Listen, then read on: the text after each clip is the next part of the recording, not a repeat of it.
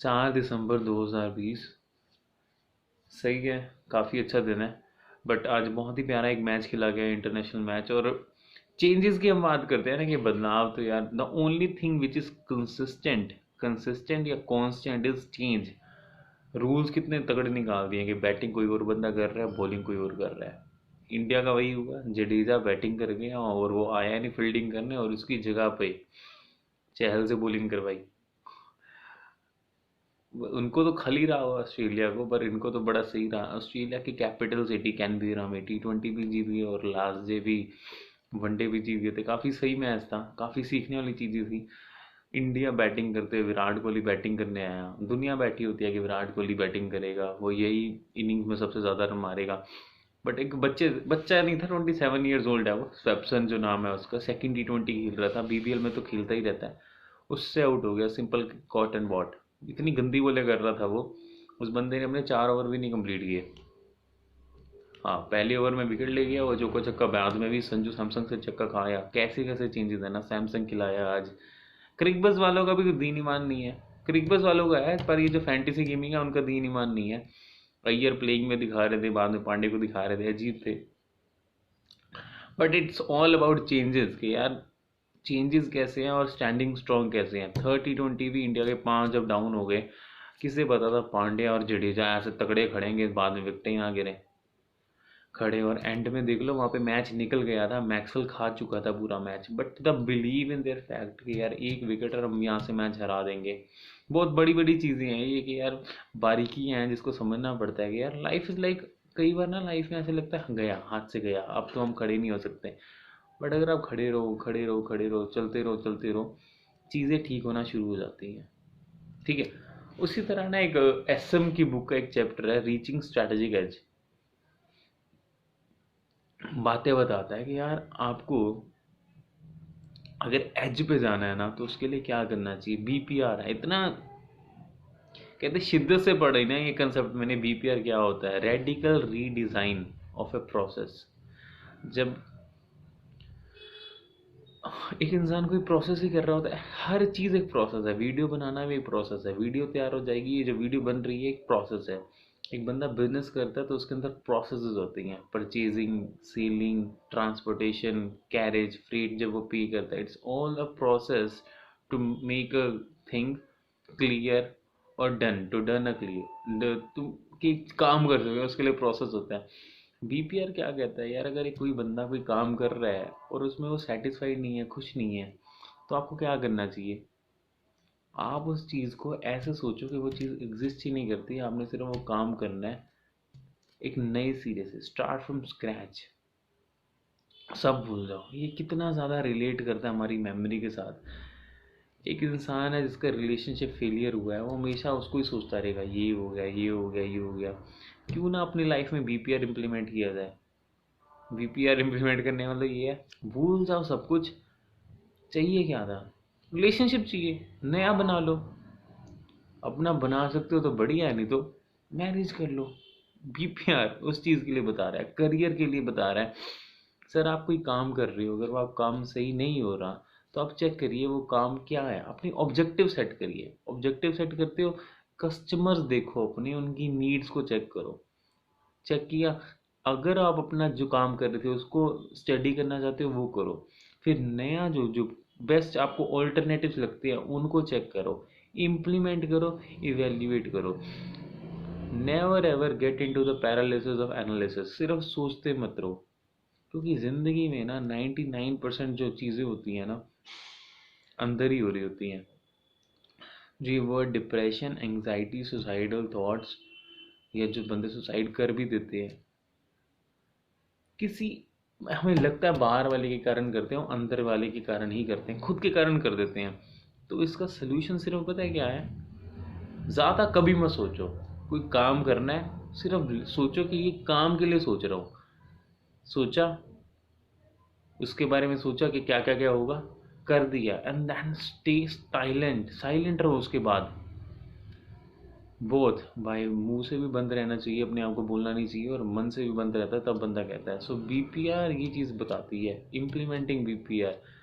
सबसे पहले तो यार ऑब्जेक्टिव सेट करो, करने का चाहते हो, कस्टमर और उनकी नीड्स को देखो, कस्टमर्स क्या है और उनकी नीड क्या है, उसके बाद आपके प्रोसेस क्या है उसको स्टडी करो। एंड फोर्थ में ये कहेंगे स्टडी द ऑल्टरनेटिव्स जो आप कर सकते हो। उसके बाद हम कहना चाहेंगे कि भाई ये चार चीज़ें इम्प्लीमेंट कर दो ना यार।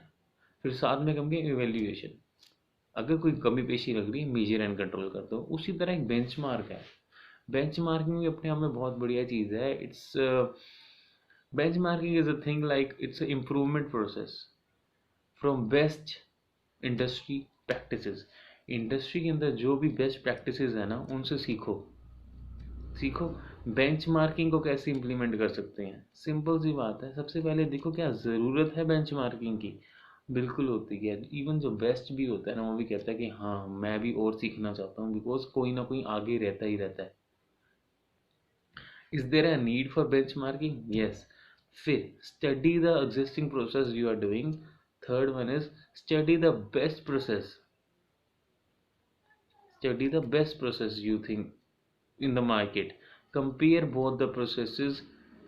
Then fifth one is prepare a report and implement the processes, and the last one is measure and control, वो तो चलता ही रहता है। then is TQM, total quality management। Industry अगर कस्टमर के बिना कोई बात करे तो हो ही नहीं सकती, customer is the main thing. Customer related जब हम कुछ बहुत तगड़ा करते हैं ना तो उसे TQM बोल रहे हैं कि यार कस्टमर को फोकस करो, customer satisfaction is the main thing. Root को एक्शन लो, कमिटमेंट लो, पूरी कंपनी में फैला दो कि ढंग से काम करना है, ट्रेनिंग्स दो, एम्प्लॉय को मोटिवेट करो। इस तरह की बातें होती हैं। सिक्स सिग्मा भी इसी में से निकला है। सिक्स सिग्मा क्या कह रहा है कि यार 99.999% पूरी तैयारी करो कि आपके अंदर डिफेक्ट निकले ही ना। ठीक है। सिक्स सिग्मा की दो बातें होती हैं, एक होता है एग्जिस्टिंग कस्टमर्स के लिए जिसमें होता है डिफाइन, एनालाइज, इम्प्रूवमेंट, सी से कंट्रोल। और अगर आपका नया है तो उसे कहते हैं design, define, analyse, verify, analyse, design and implement. ये बातें इसमें आती हैं कि सिक्स सिग्मा में। सिक्स सिग्मा की भी थ्योरीज हैं, बड़ी प्यारी थ्योरी है इसकी। एक जो लाइन है ना यार, जैसे मैंने कहा कि यार हम कहते हैं बुक रीड की है, पर एक लाइन जो होती है ना वो बहुत बढ़िया होती है। जैसे इसमें सबसे बोले कस्टमर की सेटिस्फेक्शन का ध्यान रखो, डाटा फैक्ट ड्रिवन मैनेजमेंट, ख्याली बातें नहीं करनी, डाटा है, फैक्ट्स हैं तो उसके बेस पे बात करो। 3 4 5 तीन पॉइंट्स और थे, इतनी मतलब की मेमोरी गिर चुकी है ना आपके, वो पॉइंट्स में नहीं याद रह रहे। याद किए थे बट मिट्टी हो गए। But the last one and the most amazing point which I liked is preparing for excellence, tolerate failure. यार कामयाबी के लिए जाना चाहते हो, छोटी मोटी निराशाएं तो बर्दाश्त करनी पड़ेगी। एक्सीलेंस ऐसे नहीं मिलती। Excellence is not an accident. If you want to be in the field of excellence, आपको थोड़ी बहुत ही कमियां अगर हो गई हैं तो उनको बर्दाश्त करना ही पड़ेगा कि ठीक है, ट्राई टू टॉलरेट फेलियर, हो गया है कोई बात नहीं, ठीक है। ये होता है। इसके बाद इसी चैप्टर में और क्या आ सकता है, इसी चैप्टर में और आया था कि यार उनके लिए क्या था, जो NGOs हैं जो प्रॉफिट के लिए काम नहीं करती, उनको इनोवेशन दो, उनको थोड़ा एक पॉजिटिव नेम के लिए, नेम फेम वाली बात नहीं कर रहा, कि पॉजिटिव क्रिएटिविटी और क्रिएटिविटी और लोगों को मौका दिया जाए। ई-कॉमर्स की करेक्टरिस्टिक्स की आती हैं इस चैप्टर के बारे में। बेसिकली अगर मैं इस बुक के बारे में ये समझूँ ना, एक इंसान इस बुक से हम्बल होता है, हम्बल हो सकता है स्ट्रैटेजिक मैनेजमेंट की बुक से, उसको नई नई चीज़ें समझ आ सकती हैं। एंड वैसे तो बिजनेस सारा का सारा प्रैक्टिकल नॉलेज पे डिपेंड करता है। कैसे प्रैक्टिकल नॉलेज, कि यार मैं प्रोडक्ट्स कहाँ से ले रहा हूँ, मेरा कस्टमर क्या होगा, मैं किस तरीके से अपने प्रोडक्ट को मार्केट करूँगा, और जो कमी पेशी आएगी मैं उसको देखूँगा और उसमें सुधार लाऊंगा और मैं अपना बिजनेस चलाऊंगा। यही तो है बिजनेस। पर जो बहुत बड़े बड़े बिजनेसेस होते हैं ना, चैप्टर 5 जैसे इस चीज़ के बारे में बताता है, उनके अंदर ना एक तो छोटा बिजनेस होता है, बहुत जो बड़े बिजनेस होते हैं उनके अंदर अलग ह्यूमन रिसोर्स मैनेजमेंट होता है। HR वैसे तो करते ही होंगे लोग, जिनको पता ही होगा, HR में इंटरव्यू देते होंगे।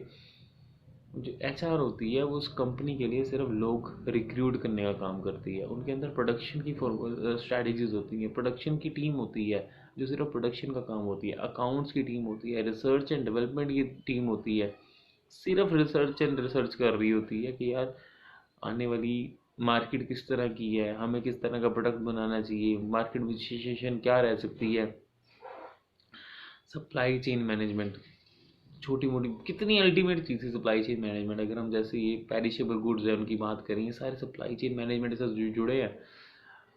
ये दूध वगैरह, ब्रेड वगैरह हर सुबह मिल जाता है, ये न्यूज़पेपर वगैरह, प्रिंटिंग कहीं आसपास थोड़ी होती है, जहाँ से भी हो रही होती है with in the range of 40, 50, 100 kilometre या 2000 किलोमीटर। ये कैसे कर रही हैं, ट्रांसपोर्टेशन दे रहे हैं अपने नियर बाई एरियाज में। ये सारी सप्लाई चेन मैनेजमेंट है। लॉजिस्टिक्स मैनेजमेंट भी कुछ होती है। ये सारी सुनने में और समझाने में बड़ी अच्छी लग रही है, बट पेपर्स में लिखने में, जब कागज में लिखना होता है, इसमें 4 लाइनों से ज़्यादा याद नहीं रहती। बट ठीक है, होता है, शायद यही वक्त की मंजूरी थी कि ऐसा ही होना था। सो ये इस चैप्टर के बारे में बाद में सिर्फ इतना ही कह रहा हूँ कि ये चैप्टर एक सिग्निफिकेंस था। ये बुक एक अपने आप में बहुत ही सिग्निफिकेंट बुक थी, बट पता नहीं टाइम नहीं दे पाया इस बुक को, बनी नहीं बात। बड़ा दुख सा हो गया यार, इतने पास होते होते भी नहीं, ये निकलती हुई दिखाई दे रही है। 40, सिर्फ SMIT पढ़ के 40 चाहिए, और वो भी दोबारा यार वो लाइन याद आ रही है यार कि यार चीज़ों को टाइम देना शुरू करो, चीज़ों को, इंसानों को टाइम देना शुरू करो। एक स्टेटस ही था, मैंने इंस्टाग्राम पे डाला था, अपने जितने अपने रिश्ते हैं ना जो बहुत ही करीबी हैं, उनको टाइम देना शुरू कर दो। क्योंकि ताजमहल लोगों ने देखा था या दुनिया ने देखा था, मुमताज़ ने नहीं, मुमताज़। तो यार उसी तरह आपकी सक्सेस फेलियर दुनिया देखेगी, बट जो चीज़ें आपने फेस की है ना वो आप ही को पता होती हैं।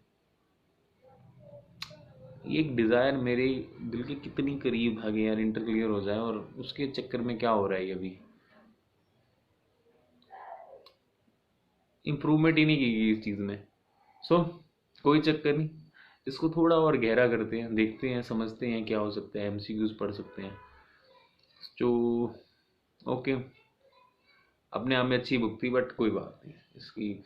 And hats off to all CAs, IPCC cleared person, पता नहीं कैसे कर गए हो, बट मुझे बेसिकली अगर यहाँ से अगर मैं एनालिसिस करूँ ना, ये माइंड था, माइंड की ना, मेरे माइंड की ड्रॉबैक रहेगी, वो उस प्रैक्टिस में ही नहीं रहा। आई बिलीव लास्ट 5 से 6 साल से, या वैसे तो पहले अटेम्प्ट से ही कह लो, पहले अटेम्प्ट में अगर, या दूसरे अटेम्प्ट से, वो प्रैक्टिस ही खत्म हो गई हार्ड वर्क की। हार्ड वर्क मतलब जो डेडली एक बंदा बैठ के पढ़ता है, कम ही रह गई। कोई नहीं, अगर दोबारा कभी सुधर पाए तो ठीक है, बट अभी के लिए यही था। चलिए ब्लेस, IT की वीडियो बनाते हैं। IT भी बहुत बढ़िया चीज़ थी, बट यार with exam point of view, वहाँ चीज़ें लिखने के लिए जब वो ऐसे सीधी धड़क बातें पूछ लेता है, पता ही नहीं चलता क्या है। ओके यार, स्टे ब्लेस्ड।